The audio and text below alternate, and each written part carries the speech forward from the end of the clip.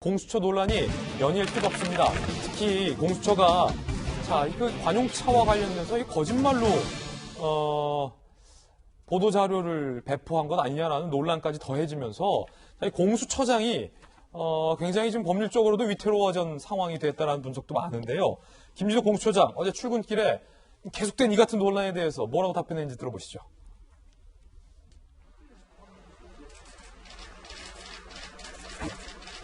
자, 제대로 된 답변 대신에 공수처장이 뭔가 오래돼 보이는 책 한 권을 들고 나왔습니다. 자, 기자들의 질문에 대해서 수고 많다라고 하고 답변을 외면했는데, 자, 지금 공직자가 지금 본인과 관련된 이런 의혹들에 대해서 답변을 외면하는 것, 여러분들은 어떻게 생각하십니까? 자, 답변 대신에 노출된 건 20년 전 책, 형법 강론이라는 책이라고 합니다. 1989년 초판이 발간된 책, 89년에서 96년 사이에 발간된 책으로 추정되는 책을 들고서 출근을 한 모습이 노출됐습니다. 법조계에서는 이렇게 반응 보이겠습니다. 형법 강론은 법 개정 새로운 판례들이 추가 반영되고 보완되면서 개정판이 계속 나온 책인데 20년 전 책을 본다는 게 말이 되냐. 한 부장검사님. 형법 강론은 훌륭한 책이고 좋은 수험서지만 개정판이 수차례 나온 마당에 20년도 넘은 옛날 책은 라면 냄비 받침대로밖에 못 쓴다. 라고 얘기를 했습니다. 정혁진 변호사님. 네네. 일단 이게 사실입니까? 저 20년대 형법 강론은 형법 강론서로서 의미가 없다. 라면 받침대로서만 의미가 있다는 게 사실이에요? 저도 20년 전 책 보는데요. 그래요? 왜 보냐면 저 이재상 교수님이라고 계셨는데 돌아가셨어요. 근데 저분이 어떤 분이냐면 검사 출신이었어요. 그래서 굉장히 수험서로서 굉장히 정리도 잘 되어 있고 그래서 이전에 나왔던 형법 교과서들보다 굉장히 좋은 교과서였다. 그 당시 이제 수험생들한테 필독서였다. 20년 된 책을 왜 보냐면요. 그게 20년 동안 이제 판례나 학설 같은 것들이 더 반영이 되긴 하지만 손에 있거든요.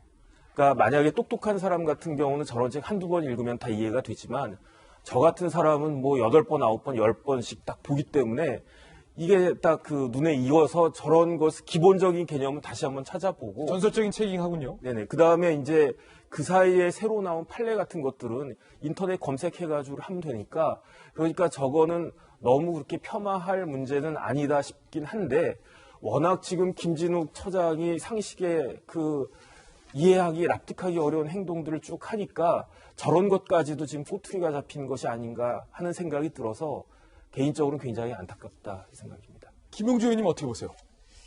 뭐 공수처장이 뭐 그 판례가 바뀐다는 걸 모르고 20년 전 책을 그 애지중지하겠습니까? 제가 보니까 저 책이 89년도 나왔는데 네. 89년도 공수처장이 사시 합격을 했어요. 그러니까 이게 자기한테 의미 있는 책일 수 있다는 거죠. 책 내용 이전에. 이제 그런 의미는 뭐냐면 지금 여러 가지 뭐 루머가 있고 흔들리고 있는데 이 책의 메시지는 제가 읽기에는 초심으로 돌아가자. 자기가 제일 처음에 사시 합격했을 때 정말 정의를 위해서 일했다라고 하는 자기 다짐을 다시 한번 여러 가지 지금 이제 언론이나 모든 환경에서 공격을 받고 있고 자기도 정말 판단을 잘할 수도 있고 잘 못할 수도 있지 않습니까? 이제 스스로 흔들리고 있는데 자기 마음을 자기 그 사법고시 합격했던 그때로 돌아가서 가잡겠다는 그런 의지를 이 책에서 보여주고 있지 않느냐 저는 그렇게 생각이 듭니다. 그렇군요. 자, 책에 대한 의미 두 분 이렇게 해석해 주셨는데 이재명 기자, 우리 사실 국민들이 궁금한 건 그래서 왜 이성윤 중앙지검장을 저렇게 비밀리에 면담을 했는지 처음에 국회에서 분명히 조사라고 했다가 실시간으로 왜 면담이라고 그 과정에서 말을 바꿨는지 왜 관용차, 자신의 관용차를 내줄 거면 떳떳하게 집부터 내줘야지 골목길 뒷골목에서 환승하게 내줬는지 그러면서 그에 대한 공수처의 공식 해명이 2호 관용차는 뒷문이 안 열려서 그렇다라고 했는데 알고 봤더니 뒷문이 잘 열린다라는 거짓말 논란에 처하게 됐는지 왜 이런 논란에도 불구하고 지금 아무런 답변을 못하고 있는지 어떻게 보십니까?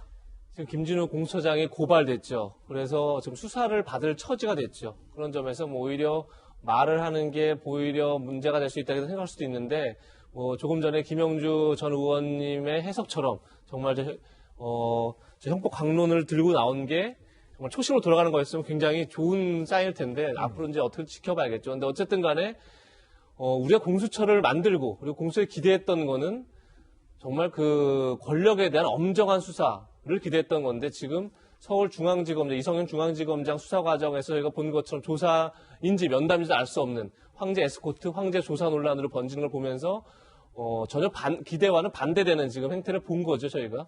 그런 점에서 글쎄 이제 이성윤 김진욱 공수처장이 어떻게 보면 공수처에 제가 늘 말씀드렸죠. 그 하나하나의 판단, 하나하나의 행동, 하나하나의 결정들이 공수처 신뢰에 결정적 영향을 미치는데 이미 공수처 신뢰 자체가 그냥 무너지는 그런 상황을 좀 맞이하게 됐고 그런 점에서 지금 이제 굉장히 어떻게 보면 공수처 전체의 위기를 맞고 있다는 생각이 듭니다. 그러니까 지금 우리의 이 불신의 가장 큰 문제는 뭐냐면 공수처는 지금 단순히 뭐 서울중앙지검장 정도가 아니라 대통령, 국무총리, 대법원장 등을 수사할 수 있는 기관입니다. 그런데 저희가 본 건 서울중앙지검장 앞에서도 굉장히 작아지는 모습을 본 거죠. 그런 점에서 지금 이제 이성윤 중앙지검장이, 김진욱 공수처장이 앞으로 뭐 어떤 기자들과의 간담회에서 어떤 말을 할지 모르겠으나 저는 그 신뢰를 어떻게 회복할지 그게 지금 가장 큰 숙제가 아닌가 싶습니다. 예. 자, 대통령 앞에서도 떳떳해야 할 공수처장이 중앙지검장 앞에서도 작아지는 듯한 오해를 불러일으켰다. 이재명 기자의 논평이 상당히 흥미롭게 들리는데 야당에서는 향후 이 김진욱 공수처장 문제 어떻게 알아보십니까? 이성윤 지검장 문제에 관련돼서 어떻게 해결하고 있는지를 분명히 지켜보게 될 것이고요. 사실은 저 관용차 논란을 비롯한 여러 가지 사회 경제적 이슈들이 이번 보궐선거 국면에서 국민들의 마음을 움직이는데도 저는 분명하게 역할을 했다고 생각이 됩니다. 공수처 출범에 관한 의미들을 지켜보게 되면 아마 많은 분들께서 조금 전 이재명 기자의 발언들에 상당히 공감할 수밖에 없을 거다라는 생각이 들고요. 2017년도 촛불을 들었던 많은 시민들이 이번에는 그 촛불에 들었던 시민들이 마이크를 잡고 오히려 오세훈 후보의 유세차에 오르는 모습까지 보여줬는데 그 이유는 공정과 정의를 외쳤지만 실질적으로 그러한 모습들을 전혀 국민들 앞에 외면했다고 하는 그런 분노의 표심들이 이번 선거에서도 나타났습니다. 제일 중요한 건 공수처가 지금 현재 집권당이 얘기하고 있는 것처럼 어렵사리 출범을 했는데 그 출범 이후 제대로 성과를 내지 못하고 있는 것이거든요.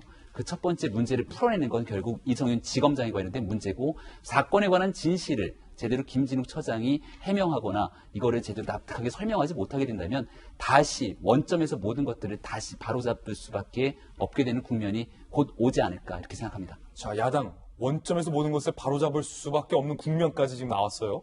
김 처장이 뭐라고 해명할지 상당히 좀 궁금해집니다. 저희들은 60초 광고 후에 돌아오겠습니다. 잠시 후에 뵙죠.